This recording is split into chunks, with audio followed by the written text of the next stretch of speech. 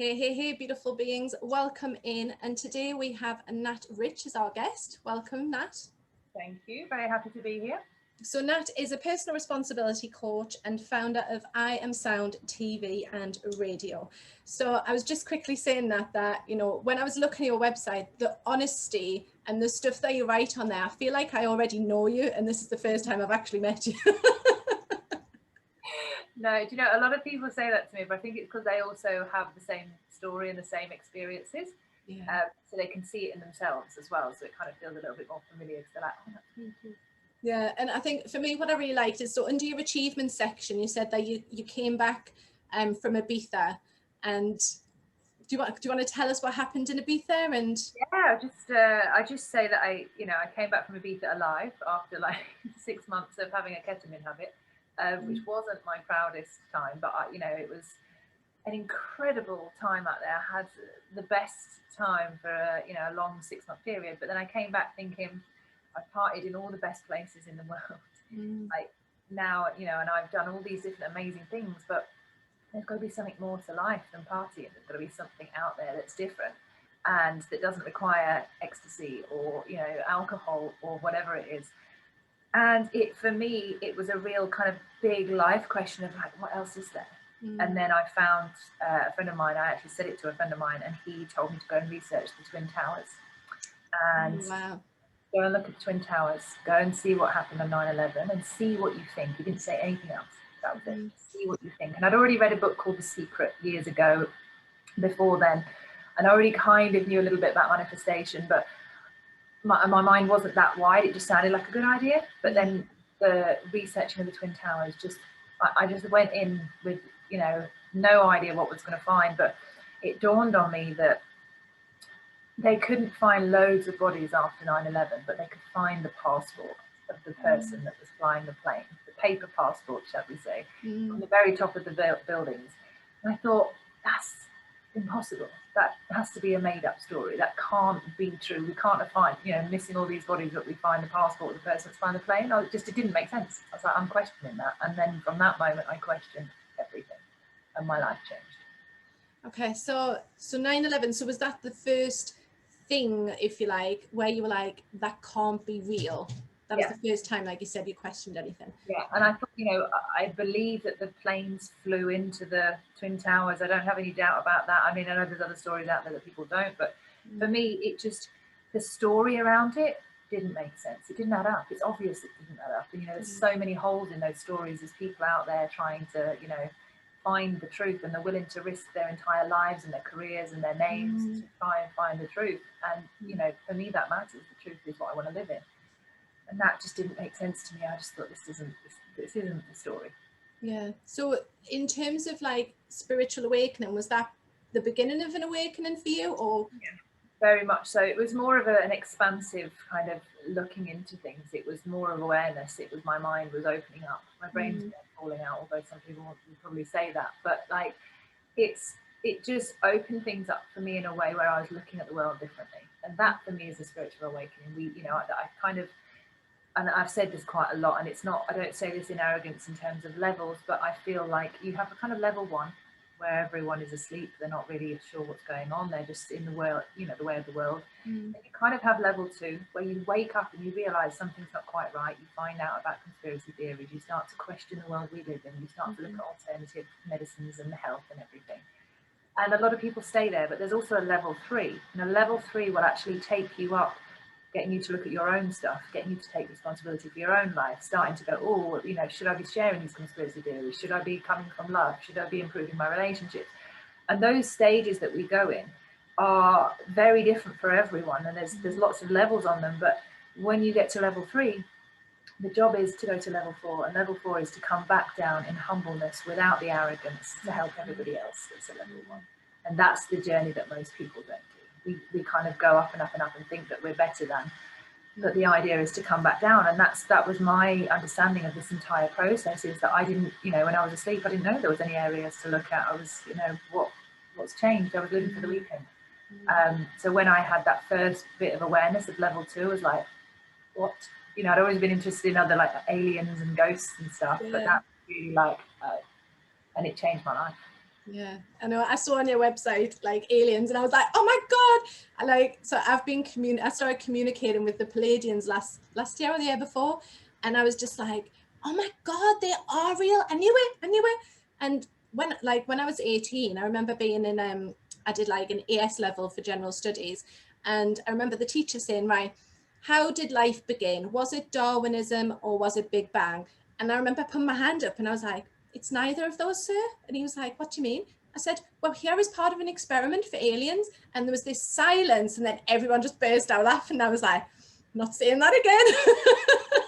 Well, no, but it's interesting, it's interesting to look at all of those different ways that we exist here. And it's just the capacity of belief, and also the capacity to be willing to be proven wrong.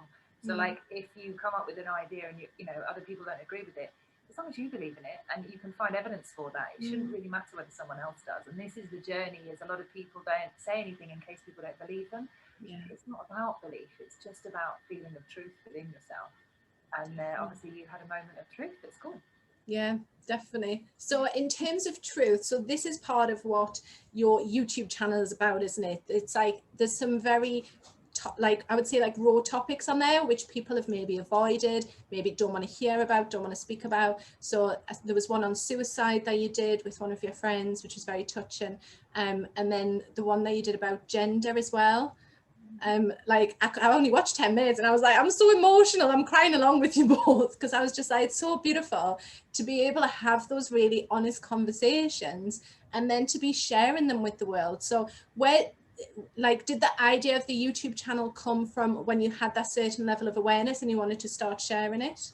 So I actually had a YouTube channel years ago that I stopped, and I got trolled, and it was a horrible experience. But I wasn't really living in any form of truth, and the ideas were good, but I wasn't living up to. And I was just had a conversation with someone this morning. One of my clients is, we have to, and before we can start sharing and living in truth, we have to be breathing it. You have to be taking it in and being like, right, where am I not living in truth in my own life? And that just wasn't the case for me back then. I was living in my own bullshit, should we say, that I personally created for myself. But now, I look at back of all the stuff that I've done, and I think to myself, I can pinpoint where I was growing in different areas. And one of the biggest points was, somebody said to me, you can talk about anything. And I was just like, yeah, of course. And he was like, no, but that's a skill. Like, you can really talk about absolutely anything. He says, and I don't feel like you're judging me. I don't feel like, he says, you're just asking questions. And that made me have more confidence to be able to share these conversations. But still, from that point, it was still another few years until I thought, right, I'm going to have a good go at this. And it was just before Christmas. And I thought, I'm going to bring, because I've done radio and stuff before, having awkward conversations, but I thought I'm going to bring the Talkwoods to life, which is awkward talks about things that matter. Yeah. And everybody's avoiding a talkwood, and that we live in a time now where it's really important to have them. So I thought, you know what, I'm just going to put it out there and see who wants to join me. And each week I have people wanting to come and have conversations with me that they wouldn't usually have with other people, but they know that they'll be safe on air with me, that I'm not, and I'll say things that bring them out, but I'm doing it from a place of interest rather than a place of judgment. And you can tell that in the interviews, you can see that you're holding space for that person to be able to be so truthful as well, that they forget that, that people are going to watch it, and there's definitely there's no judgment at all. And I think as well, what I like about the show is, so I watched the one around psychedelics as well, was that, you're bringing your own experiences in as well, and, sharing your own experiences, which I feel is really important for people to know. So it's not that you're over here, talking about these topics over there. It's like you're part of it and you're part of that person's journey as well. I think it's really important. Like this, I've had so much fun. I've had so much fun in my life, and that means I've been naughty quite a lot. Yeah. I have a very kind of expansive history of playing up and playing a drama queen and getting all the things wrong and going out there and partying and living a life that has been amazing, but it wasn't healthy for me. I wasn't thriving. I was surviving, but I was having fun. And I was being human in my own ways, and everybody is. And for me to be super spiritual or be, oh, I'm holier than thou, that's not real. That's an ego coming in and saying, hey, I'm separate from you. I was one of everyone, you know. I was at the parties with everyone. I'm mixed. I'm universal in the sense that a lot of people say to me, we're quite universal, which means I can talk to anyone. Yeah. And because I can relate to everyone. And I'm not hiding anything. Like, I will tell you anything you want to know about my life, because I've got nothing to hide, because I'm comfortable, because I've, you know, the alchemy's been done. I've looked at it all. I've worked in that shadow area, and there's still going to be more that comes up. I'm not perfect, but I'm not hiding from anything. I think if I can show a bit of vulnerableness on air, and I can talk, you know, and I cried on the gender one with my friend. I didn't cry until 10 minutes before. I'm like, I've been crying for 10 minutes before we go on air, and if I get on air, I'm just going to have to cry, and I couldn't help myself. It's feelings. It's like living in the moment and feeling it, and it just happens to be when that's on air, I will cry, and then it makes other people cry, and I'm like, sorry, not sorry. But it's moving because it's my truth. No, I've done something similar before Christmas. I was doing a Facebook Live, and I had no idea. I was just quite happy chatting away, and then all of a sudden I was just like, I just felt this emotion rise up, and I broke down in front of like the people watching live, and I was just like, guys, I was like, I'm so I don't know where this has come from. I was like, I just need some time out, you know, I need a bit of space. And you know, the amount of messages I got afterwards just saying, you know, I hope you're all right. And I was like, I am. For some reason, emotion overcame me. And I think that people find that refreshing as well. I think, you know, for so long we've been watching, like, you know, TV personalities, and we've seen people like on the screen who are just, there's no emotion, and that there's no authenticity. So I think people are really starting to appreciate that within sort of like these sort of like talks, etc. Yeah, I just feel like there's more out there. There's so much more out there. I mean, I've got a really moving one on Wednesday, which I believe I'm going to cry on. I don't know if I will, but I'm pretty certain, because every time I tap into this story that I end up tearing up. And it's with Frank Turner, the music artist, and another guy called Mash P, who's an ex-child soldier. And so he was kidnapped when he was younger and got forced to be a child soldier in Sierra Leone. And now he's a musician in the UK. But his story is like, you know, that takes you from your living room to someone else's life, and you think, oh my God. And it's moving, and that's going to be one that I'm probably going to cry on. So, you know, making sure I've done my makeup beforehand. There's no point. I'll just be like, oh, I'm just going to have to just, you know, get on with it, because it's a sad story, but it's also something, you know, interesting, where he's got a new life and he wants to live in a new way. And I want to help him bring that out. So it's not just about his sadness, it's actually about who he is now and who he wants to be. Oh, I'll make sure I watch that one.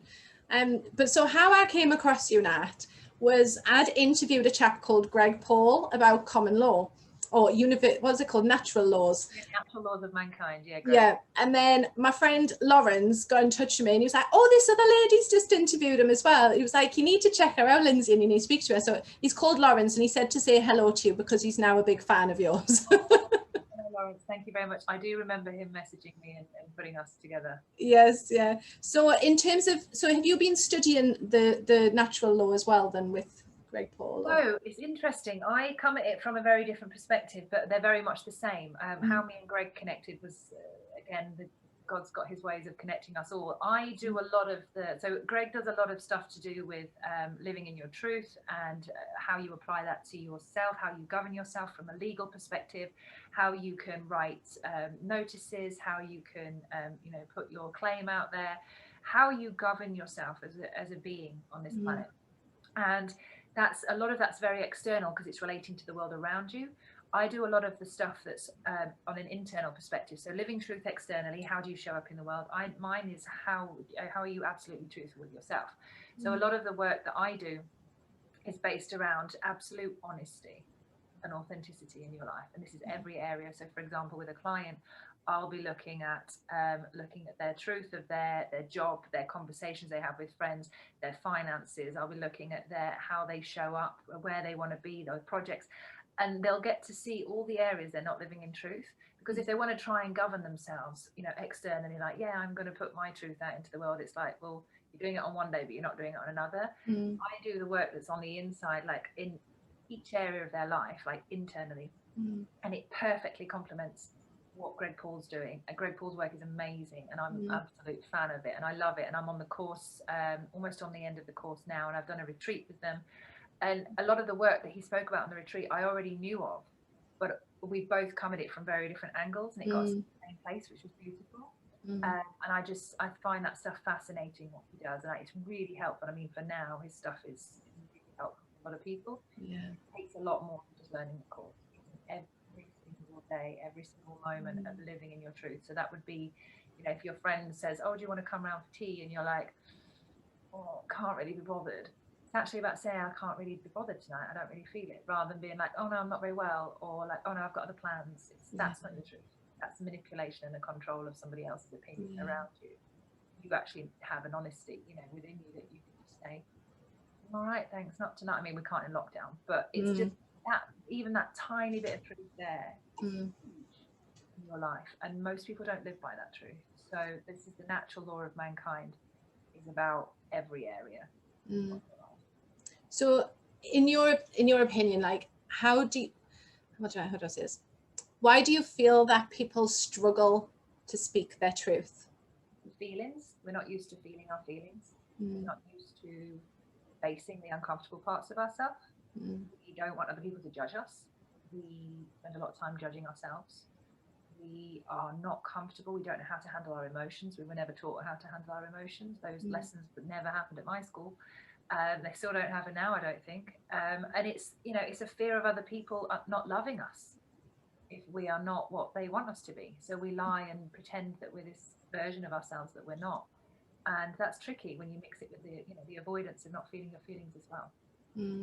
And I think, when you start to sort of like, whether you start with healing or sort of learning about conspiracy theories, or when you start to learn all these different things, it's like, I found it really liberating when I started being so true and just saying, no, I don't want to do that, you know, and setting those boundaries. And it does take practice. And like the first time you do it, it can be like, oh, they're going to, you know, like you said, there's that judgment aspect. But then the more you do it, the more you're like, you know what, I'm respecting myself and I'm setting my boundaries, you know, and it gives you that sense of freedom as well, I feel. Yeah, it does. You've got to be willing to change. You've got to be willing for change to take place in your life. And a lot of people aren't. A lot of people like things the same. They like, you know, to watch Netflix. They like to know what they're having for dinner. They like to stay in the same relationships, stay in the same places that they've always lived in their whole life, stay in the same jobs. There's nothing wrong with that if that's what you love to do. But if you're looking to change and you know, if you're looking for a better life than what you've currently got, or you want, I don't really like the word better, but if you're looking for a life different to what you've got, you're going to have to change to get there. And that's when most people don't want to grow. They don't want to do the work that gets them there, but they want the benefits of. And that's not going to work. So there's a lot of, you know, liberation that can come from going into living in a different place. There's a lot of liberation that can come from having different types of conversations with people that you didn't usually have. You know, being your absolute truthful self will piss a lot of people off because they're used to you being someone else, because they've known the lying version of you. They've known the carefully curated, manipulated version of you, where now you're like, oh, actually, I want to be the authentic me. Maybe you have to have different friends. Maybe it's a different relationship. Your family might not get on with you. So every part of your life that you hold to be true can fall away. It doesn't have to. And, you know, it doesn't always fall away, but a lot of it will. And you have to be okay with that. Doesn't mean it can't come back in a new form, but there's a very, very big part of ownership that has to take place. And ownership comes from feelings, owning your feelings, owning your words, owning, you know, your time, whether you show up for someone, owning your responses, your emotions. There's so much to it, which is deep. And not many people can be bothered. They'd rather just click on Netflix or scroll on Instagram or go on Facebook or put their head into something and stay in the same place. And that's okay for them if that's what they want. But if you want to grow, there's got to be change. Yeah, I remember a friend of mine telling me once, like a few years ago, she was like, you're like an ostrich, Lindsay. I was like, what do you mean? She was like, you're always burying your head in the sand and trying to avoid these external problems. And I was like, you know, she was so true. She even sent me like a kid's picture book one day about this ostrich. And I was just like, okay, I'm listening. You know, I was like, I'll start facing it. But yeah, sometimes that is, I suppose, when you're not maybe conscious of what life's about, you know, there is that, you know what, I'm just going to avoid everything that's going on. because I don't want to face it. And like you said, you know, you don't have the tools maybe to start addressing it. So like with 9/11, there's so much more, isn't there, that's out there about what is really going on. And for some of us, we've gone down that rabbit hole and we're just like, fucking hell, you know. You know, and then like, because I always say to people, I'm like, if you go in, you need to take time to process afterwards, because you're going to get triggered, there's going to be stuff comes up for you, you know. But for me, I'm like, right, it's in my awareness, I know that it's there, I've accepted it. And for me now, it's like, right, how do I help others when they start to find out and be like, oh my God, life isn't what I thought it was. And this is why I said to you at the very beginning, where you've got the levels. Level 4 is about how do we process our level 1, level 2, level 3. How do we then go back down with the patience that we need to know what we know, and allow someone else to struggle as they go up the ladder without us trying to control their journey at the same time. To you have to believe me. It's not about whether somebody believes you or not. It's about if you believe it, that's enough. That level 4, you know, coming back down, and that's why I said I hate calling it levels, but it's the only way I can describe it. It's tricky because it's what we're learning now is some of the most mind-bending content we have ever seen, and it's really destabilizing emotionally and also politically, financially, in every way possible. So everything we thought was okay and that we thought was going to be, you know, there forever or something that we could rely on is not.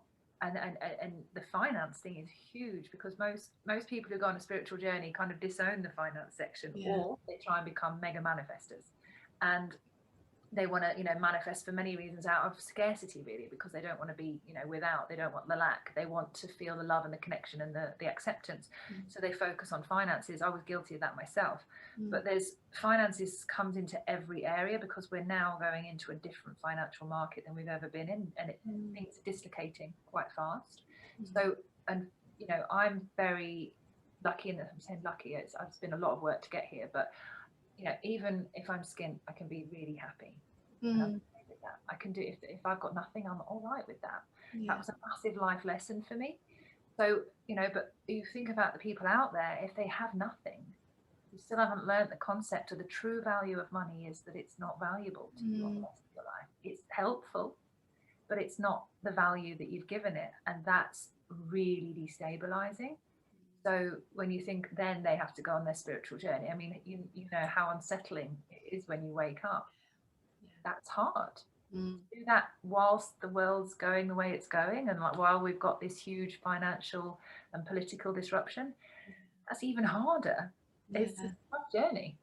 Yeah, no, definitely. I feel very lucky that, you know, I started mine 3 years ago, and that I can see, you know, like what's going on.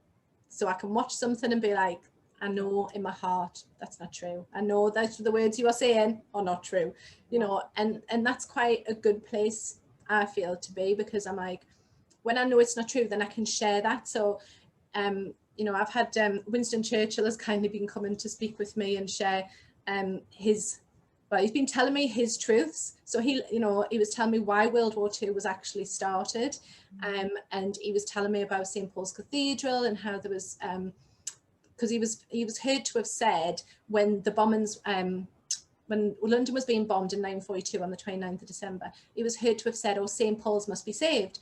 And I remember reading that and I was like, why would you say that? And then he came through and I was like, what are you doing? Why would you say that when the whole city's being bombed? It's really strange. And I just knew in my heart, and I just went, oh my God, I said there was children under there, wasn't there? And he hung his head and he went, yeah. He said, if the bombs had landed on St. Paul's then, he said, we would have been found out, everything would have been blown up. Do you know what I mean? And I was just like, oh my God. So, you know, the stuff that we've been taught through the years at school and history, it's someone's perception and it's not their true experience. Someone's paid opinion is what we're paid knowledge, and it's someone's forced opinion onto an educational system that we now adopt and pay for, and it's like we're paying for someone else's opinion, and largely it can be a corrupt opinion. Yeah, and that's what the world's built itself on, is other people's opinions. Like, what is it when they say when you whoever won the war wrote the history? You don't see it from the other side. No, because you know the winners will be the ones to write how it went down, and coming from an inflated ego when you win something, you all know what that's like. Yeah. And that's what largely our history of the planet's been built on, the winner's story. But the true gold is in the ones that lose, because the ones that lose, that's where you learn a lot more. Yeah, that's a really good piece of wisdom, Nat. I like that. So for anyone who's sort of just starting to like explore, whether it's 9/11 or like the Biden election or anything like that, and they're starting to find stuff out, what sort of advice would you give them? Okay, there's a few things. One is to forget everything you think you know. Be willing to see things that don't necessarily feel true, but you have yet to find evidence for. Largely keep your mouth shut. And what I mean by that is, until you know for certain, zip it. Because when you start to involve yourself emotionally and you start to talk about what you think you know, there's a lot of pitfalls. The truth doesn't come to the people who are really unstable.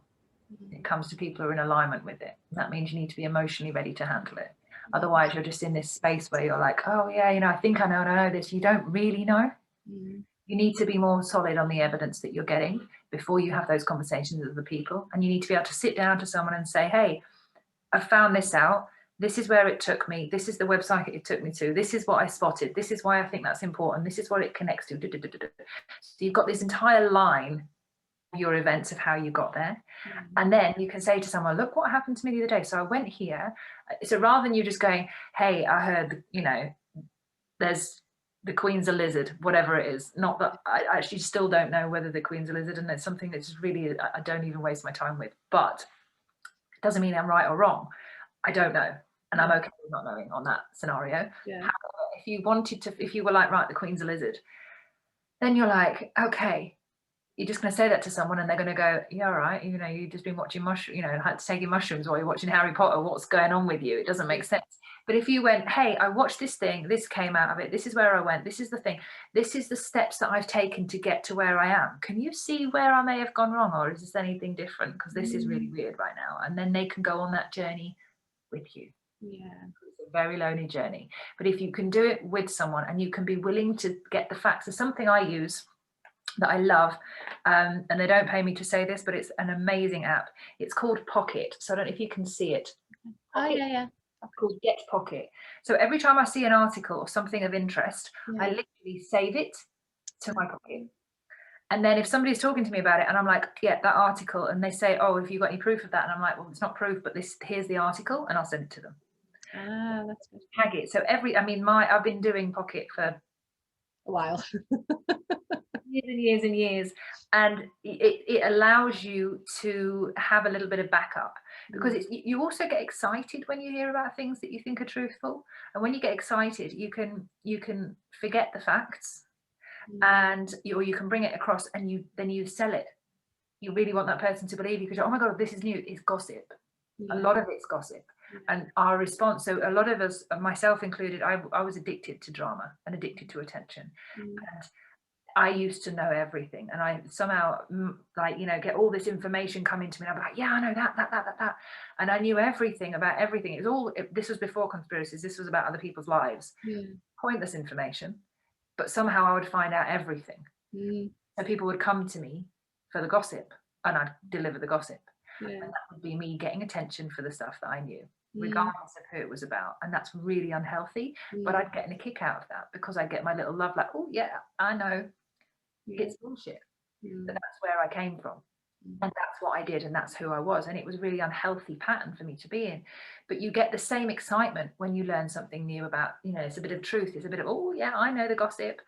That's what conspiracy theories are. Doesn't mean they're all rubbish at all. I mean, for anybody who thinks that everything's made off of absolute crap, wake up. And what I mean by that is, we cannot all be wrong.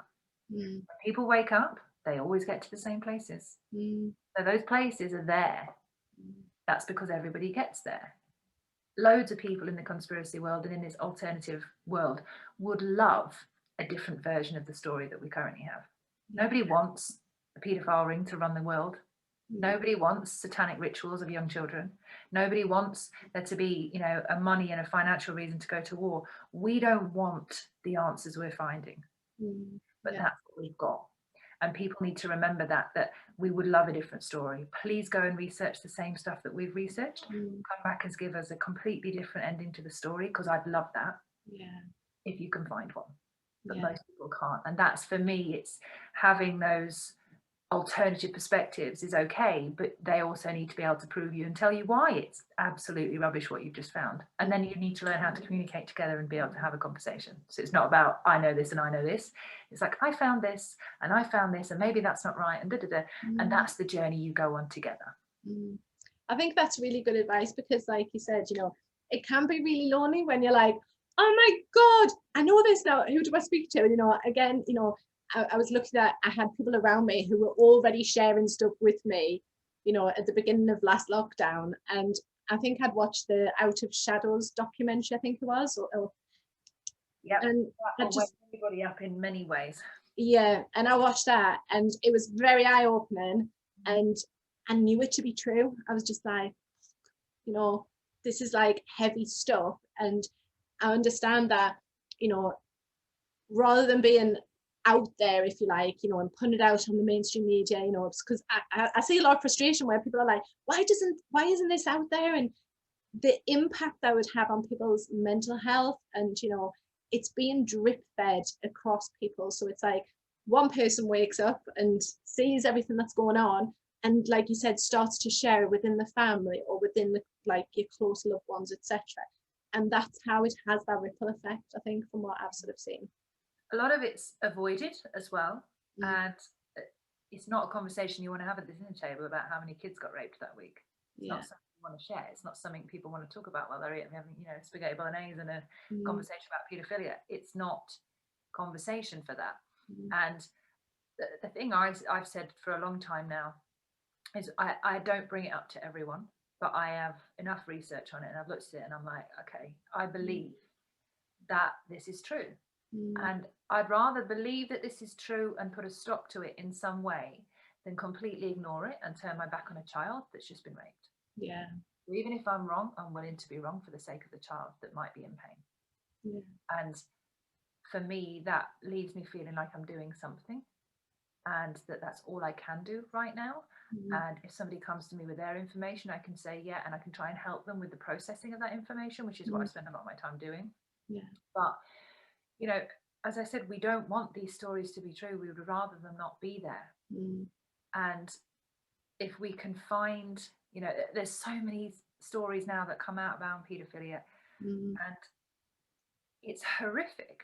It changes so many things within you, because it takes your mind into a different place, and it takes you energetically into a different place, which is very hard to process. And then, you know, you have to do life on top of the new information.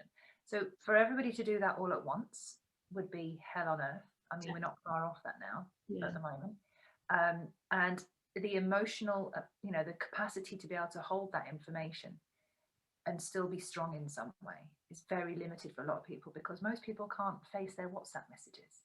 Most people are still avoiding emails and awkward conversations with people, just their friends as well.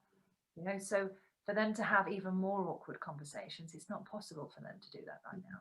And there's also another reason that it's not out there en masse on the TV. And, you know, you think, why isn't it on all the papers? Why isn't it out there? These institutions of papers and out there, and all of these media companies are owned by other companies that are owned by the individuals that are caught up in the implications of what this means. So they're going to cover their trail, and they're not going to put it out on the 6 o'clock news, which hardly anybody watches anymore, thank God. But they're not going to put it out on the news because they own the news. No other reason for it. So if this information comes out, do have your discernment. Make sure that you're doing your research, but also, you know, go to bed at night and be thankful that you've been given this information, that you can make a decision on it. But say a prayer for those involved. And that's, you know, that's the only thing that you might be able to do. But just say a prayer for those individuals, because if it's true, then they need all the help we can give them. Yeah, definitely. Yeah, I think, you know, in terms of that, wanting something to do, there are people out there as well who are like, I just want to do something, but they don't know what that is that they can physically do at the minute. You know, I know last year I helped to organise a protest for, I think it was Freedom for the Children. I've never even been to a protest before, but I got told by upstairs, you need to do this, Lindsay, in York with my friend Lizzie. And I was like, fucking hell. But like you said, you know, putting yourself in that position and thinking, I've got to do something just to raise that awareness for other people, that these children, that's happened for years, do you know what I mean? And it's not a new thing. It's not something that's just happening. This has been embedded in society for thousands of years now, and it's coming to the surface, isn't it?